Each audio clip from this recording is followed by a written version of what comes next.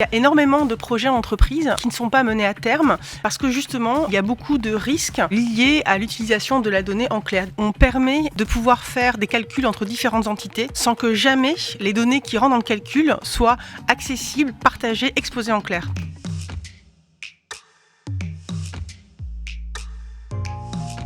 La data, c'est l'or noir du 21e siècle, un gisement infini d'informations. Et si le partage de ces données, c'était la clé pour une meilleure performance? Avec sa nouvelle technologie de chiffrement, Sandrine Murcia offre aux entreprises la possibilité de collaborer via les données sans jamais dévoiler ces données. Elle va tout nous expliquer. Portrait. Entreprendre n'est jamais un long fleuve tranquille. Faire face à l'imprévisible, entrevoir de nouvelles possibilités et surtout cultiver sa liberté de manœuvre, c'est ce qui plaît à Sandrine Murcia.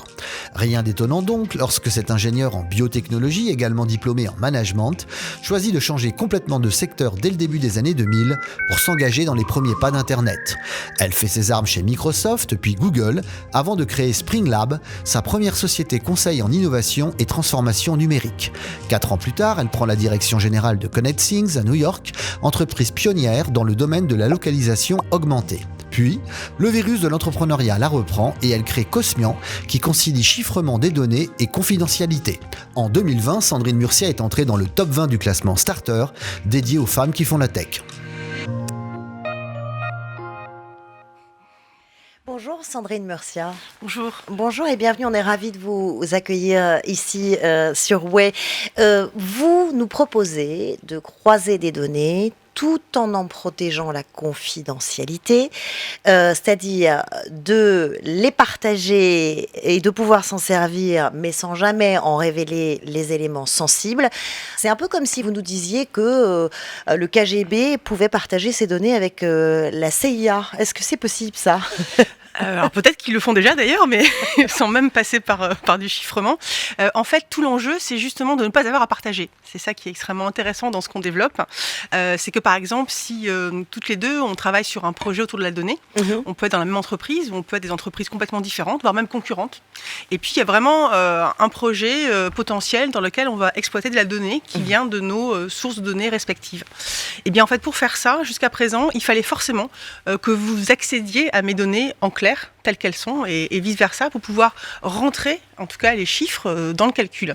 Et ça posait plein de questions tout à fait légitimes sur la sécurité des données, sur leur confidentialité. Et donc, généralement, on n'arrivait pas à travailler aussi bien que ce qu'on voulait faire ensemble. Et maintenant, en fait, c'est possible de pouvoir faire ces calculs entre nous sans que jamais vous ayez accès à mes données, ni moi aux vôtres, parce qu'en fait, on va protéger l'environnement de calcul. Ce que vous nous dites, c'est que c'est une technologie très récente. Il y a eu un basculement il y a 4-5 ans, c'est ça ? Alors en fait, le chiffrement existe depuis très longtemps, je crois déjà. Jules César, il y avait des messages chiffrés qui circulaient. Et en fait, jusqu'à présent, on allait chiffrer une donnée pour la stocker. Elle était au repos, elle était chiffrée, elle ne bougeait pas, elle était protégée. Ou bien quand on la faisait transiter. Les applications de messagerie, je vous envoie un message, il va être chiffré. Moi, je l'écris, je le vois, je le lis. Vous le recevez, il est en clair, mais entre-temps, il a transité chiffré. Par contre, dès qu'on voulait faire du calcul collaboratif entre différentes entités, eh bien, il fallait que la donnée reste en clair. Et c'est ça qui a changé complètement depuis 4-5 ans, effectivement. Eh bien, illustration, justement, on va essayer d'être très pédagogique. Vous parliez de Jules César. Le cryptage, le chiffrage, ça existe depuis bien longtemps. En quoi ça consiste ? Élément de réponse avec Christian Roudot.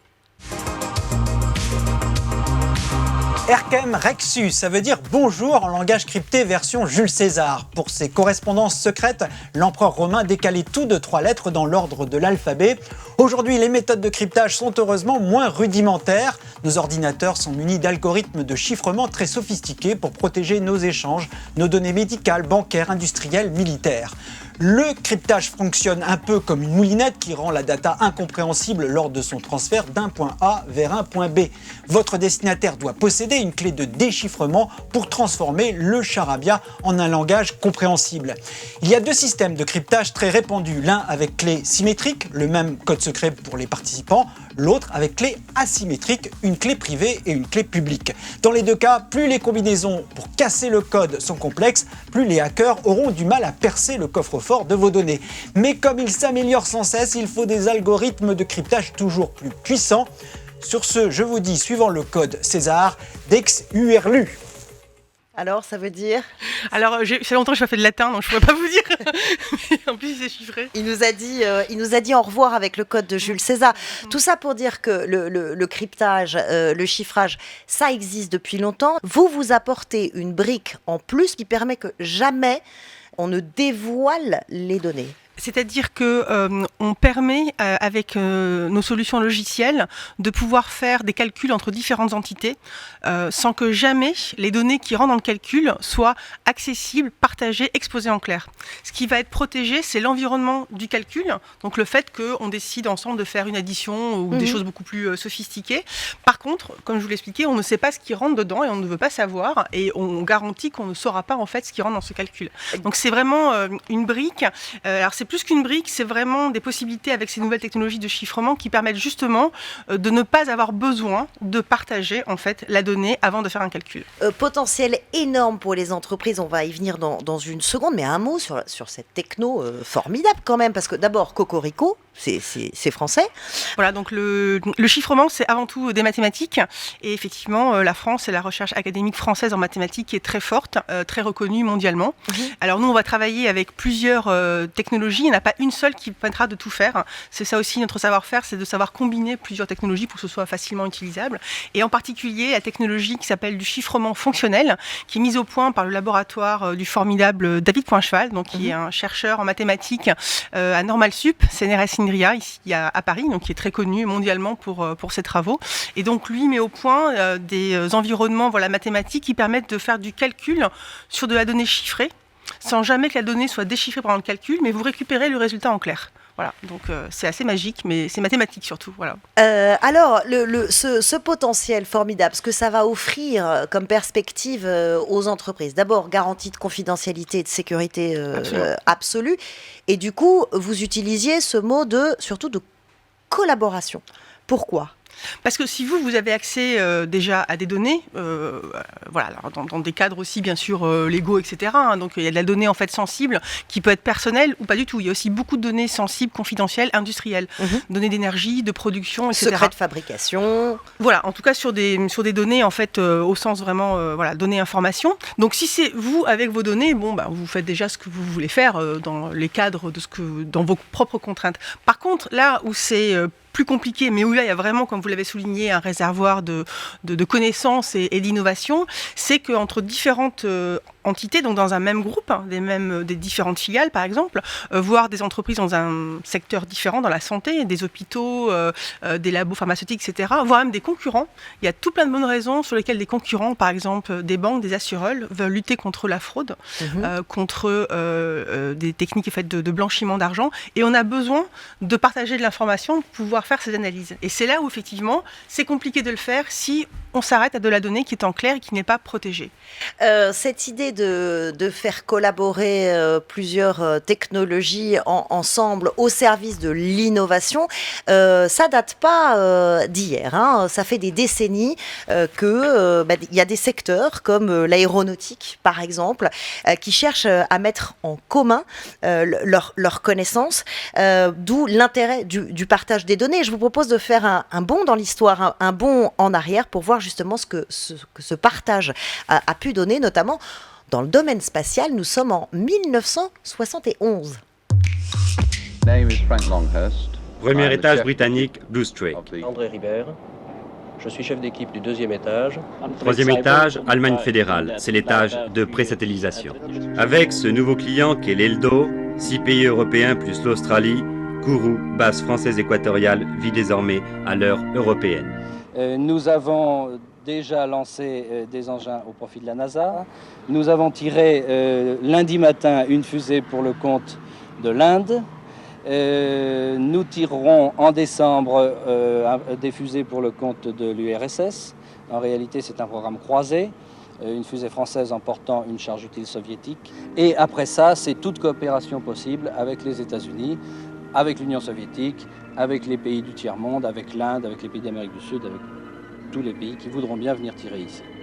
Voilà, il s'agit d'Europa 2, deuxième version d'Europa. C'était le premier projet spatial européen, fusée qui a été lancée le 5 novembre 1971. Alors là, données hypersensibles, collaboration internationale. À l'heure du numérique, c'est la même idée, c'est de mettre en commun des connaissances, voire des données hypersensibles au service de l'innovation. En fait, c'est de pouvoir démultiplier le croisement en fait de ces différentes sources de données, que vous soyez dans une même entreprise ou bien que vous soyez dans un même univers, par exemple celui de la santé, voire même de croiser des univers complètement différents, entre la santé, peut-être du spatial, etc. Et il y a vraiment une accélération en fait de ces besoins-là pour faire ce type d'analyse. Et effectivement, jusqu'à présent, on pouvait, dans le cadre d'un projet tel que celui que vous citiez dans le spatial, il y a des enjeux, il y a des grosses sociétés, on travaille ensemble en confiance, etc. Mais nous, on est beaucoup plus sur permettre en fait de démocratiser l'utilisation de ces technologies pour que, en entreprise, de façon simple, on puisse le faire quasiment de façon instantanée et régulière. C'est important le point que vous soulignez. C'est un outil, parce qu'à vous écouter, on est dans des mathématiques, dans des technologies hyper pointues. Vous voulez proposer un outil hyper simple pour les entreprises. Voilà, alors nous on propose des solutions logicielles pour entreprises qui vont intégrer sous le capot bien sûr ces technologies puis de façon combinée, mais ça pour les gens qui vont l'utiliser en entreprise, ils le savent pas, ils nous posent des questions, on leur explique, mais par exemple en utilisant notre produit, on était en Cosmion, par exemple vous allez avoir installé le logiciel, moi aussi, et en fait le logiciel va connecter et se parler, et donc vous allez choisir les données que vous voulez utiliser, le type de calcul, et après ça va tourner entre guillemets tout seul, c'est un peu la magie, en utilisant justement ces environnements protégés et chiffrés. Alors, on parlait de progrès, d'innovation, mais parlons de rentabilité aussi, puisque c'est un outil que vous proposez aux entreprises. Donc, la question qu'elle se pose, c'est quel est mon intérêt ? En quoi ça peut augmenter leur performance. En fait, il y a énormément de projets en entreprise autour de la donnée qui ne sont pas menés à terme, qui ne démarrent même pas, ou bien qui démarrent à des petites échelles, parce que justement, il y a beaucoup de risques liés à l'utilisation de la donnée en clair, des risques de sécurité. Donc là, ça bloque. Voilà, ça bloque. Donc en fait, ça ne se fait pas. Ou là, on prend un risque qui est quand même assez fort, et bien sûr, on va généralement pas le prendre. Donc nous, par exemple, on travaille dans le secteur financier, par exemple pour des banques, qui vont mettre à disposition nos outils, par exemple pour les équipes qu'on appelle de data science, qui sont les équipes qui vont utiliser la donnée pour faire des croisements, des analyses. Et jusqu'à présent, ce qui était compliqué, c'était pour différentes filiales de donner accès effectivement à leurs données de clients, etc. Et c'était compliqué de bouger ces données pour plein de raisons légales et de suivi. Là, en fait, comme je l'expliquais, les données ne sont jamais mises au milieu de façon centrale, c'est le calcul tournant qui va aller de proche en proche. Donc ça facilite l'usage, en fait, des données intra-entreprises, c'est ce qu'on appelle désiloter en fait on décloisonne en fait les endroits où sont les données pour permettre à l'entreprise d'être beaucoup plus efficace dans la gestion et l'utilisation en fait de ces données. Vous donnez un autre exemple qui est assez parlant, celui d'une industrie qui ferait appel à un fournisseur d'énergie par exemple. Alors là, par exemple, pour un fournisseur d'énergie, c'est la capacité de pouvoir faire des propositions en fait autour de l'énergie. Et si moi, en tant qu'entreprise, je veux acheter de l'énergie, je vais devoir communiquer un peu mes besoins. Et ça, c'est donner beaucoup d'informations à celui à qui je vais passer contrat, parce qu'il va vraiment effectivement comprendre de quoi j'ai besoin, etc. Et vice versa, celui qui vend l'énergie dit moi je veux pas non plus, je veux juste partager en fait. Ça permet de juste partager, utiliser, puisqu'on ne partage pas, l'information nécessaire à faire le calcul. Mais ça veut dire qu'on peut réduire ses coûts aussi. On peut en termes de stratégie. Alors là, réduire ses coûts, sûrement, mais c'est surtout que vous allez pouvoir développer des nouveaux projets qui vont effectivement être valorisables et valorisants. On travaille également énormément dans l'univers de la santé. Donc là, si vous pensez les hôpitaux qui ont de la donnée effectivement médicale sur des traitements, etc. Par exemple, des fabricants de dispositifs médicaux, des laboratoires pharmaceutiques et des startups medtech qui développent des algorithmes extrêmement puissants pour utiliser ces données. Et bien, tous ces gens autour de la table ont envie de travailler ensemble parce qu'ils voient le potentiel de croiser, d'analyser. Et en fait, ils disent oui, sauf que moi, à l'hôpital, il est hors de question que je donne accès aux données comme ça en clair. Oui, enfin, on a reçu le directeur de la clinique des données à Nantes. Je ne sais pas si vous en avez entendu parler, qui justement travaille sur cette mise en commun de données tout en protégeant la confidentialité et de pouvoir justement ramener, croiser le maximum de données. C'est un vrai enjeu, effectivement. D'accord. Mais le souci qu'il y a, et c'est ça que ces techniques de chiffrement permettent en fait de dépasser, c'est que justement c'est la mise en commun. C'est-à-dire qu'à un moment donné, si vous faites une mise en commun, vous devez faire confiance à un environnement où vous déposez vos données. Absolument. Alors il y a plein de choses à signer, etc. Très bien. Mais n'empêche qu'il y a toujours un risque que ces données où elles sont, on puisse y accéder, etc. Donc en fait, nous, ce sont des systèmes portés par des technologies dites décentralisées qui font qu'en fait, que nulle part, il y a en fait un endroit central dans lequel sont déposées les données. Elles restent chez vous. Donc c'est vous qui gérez vos données et leur sécurité, mais ça n'empêche pas en fait de les utiliser. C'est ce qu'on a appelé nous résoudre un peu le paradoxe de la donnée, c'est-à-dire permettre l'usage de la donnée tout en garantissant en fait sa sécurité, sa confidentialité.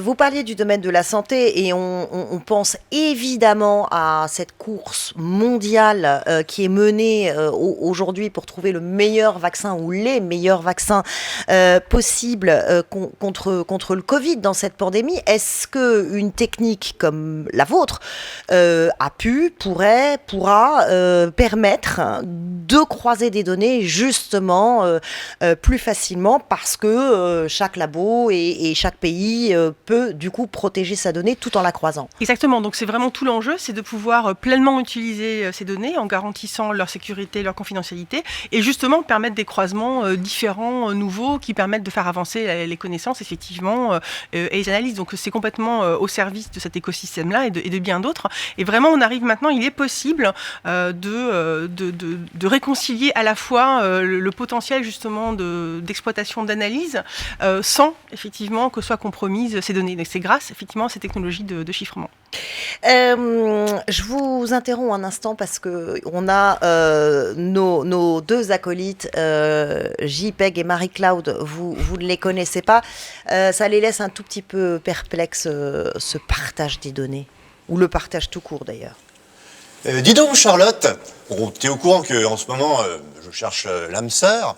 Alors justement, en parlant de petits secrets, la semaine dernière sur mon site de rencontre, je tombe sur une fille, charmante.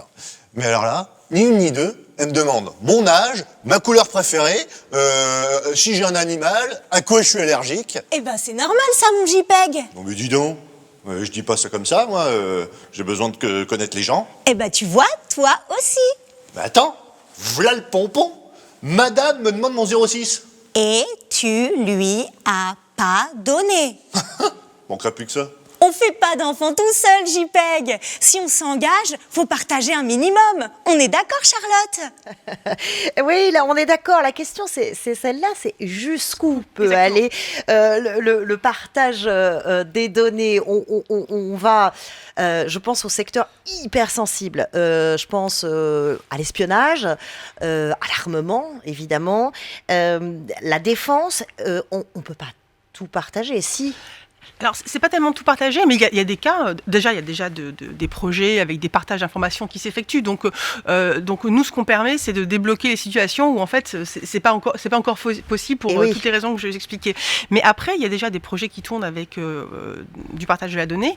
Et il y a aussi des cas, j'imagine, particuliers, ne connaissant pas bien le secteur de l'espionnage ou de la défense, où déjà, en fait, les parties qui vont collaborer peuvent, en fait, se mettre d'accord et dire, on peut faire ce calcul-là en clair. Donc c'est pas tellement. Alors nous on n'est pas dans des cas, c'est pas des cas extrêmes. On veut vraiment nous davantage aider les entreprises et les industries au sens le plus large, le plus civil, j'ai envie de dire du terme, et qui permet de faire ces projets en fait sans avoir ce partage physique à effectuer. Même si des fois, comme disaient les comédiens, des fois il faut quand même partager des choses, bien sûr. Mais... Est-ce que ça veut dire que vous êtes les seuls à proposer cette technologie-là, avec toutes les perspectives que ça offre? Alors, la façon dont on utilise ces technologies dans nos logiciels, oui, on est les seuls. On est les seuls en Europe. En Europe, dans le monde, il y a une ou deux sociétés qui le font, mais de façon très différente, plus de façon ad hoc. C'est-à-dire une entreprise qui va dire « j'ai tel problème, trouvez-moi la solution ». Nous, on veut vraiment construire quelque chose, des briques technologiques, comme vous le dites, qui sont utilisables par tous. Et effectivement, on est les seuls en Europe à le faire, grâce au soutien de la recherche académique française. Il y a de gros enjeux en ce moment de souveraineté sur la donnée par rapport à tout ce qu'on peut faire dans le cloud, justement, autour de la donnée. Et nous, ces technologies, elles viennent aider, justement, l'utilisation du cloud et garantir cette souveraineté. Et bien, justement, j'allais vous poser la question. Quels sont les acteurs qui vous approchent? Ils sont privés, petits, gros, ils sont publics même? Ou alors vous dévoilez, pour le coup, vous chiffrez votre fichier clientèle, il est crypté? Alors pour l'instant, nous, on travaille avec surtout des grandes entreprises, dans la banque, dans l'assurance, l'assurance, dans la santé, dans l'énergie, on en parlait, et puis en fait plutôt des grosses entreprises. On commence à avoir un intérêt de sociétés plus petites, mais quand même assez larges, parce qu'en fait c'est vraiment ce besoin de protéger la donnée et en même temps de l'utiliser, on le rencontre partout. Croiser, partager les données sans les dévoiler et ceci offre une garantie de sécurité et surtout d'énormes perspectives de collaboration et de partage de la connaissance, puisque finalement la donnée c'est de la connaissance. Merci beaucoup Sandrine Murcia d'être venue sur le plateau de Way. Merci infiniment. C'est moi. Way, ça continue maintenant et tout le temps. C'est quand vous voulez. Abonnez-vous à Way sur la chaîne YouTube de Salesforce. Vous y retrouverez nos invités, nos chroniqueurs. Activez la petite cloche et dites-nous ce que vous en pensez. Nous lisons vos messages, nous les prenons en compte. Rejoignez-nous sur Way.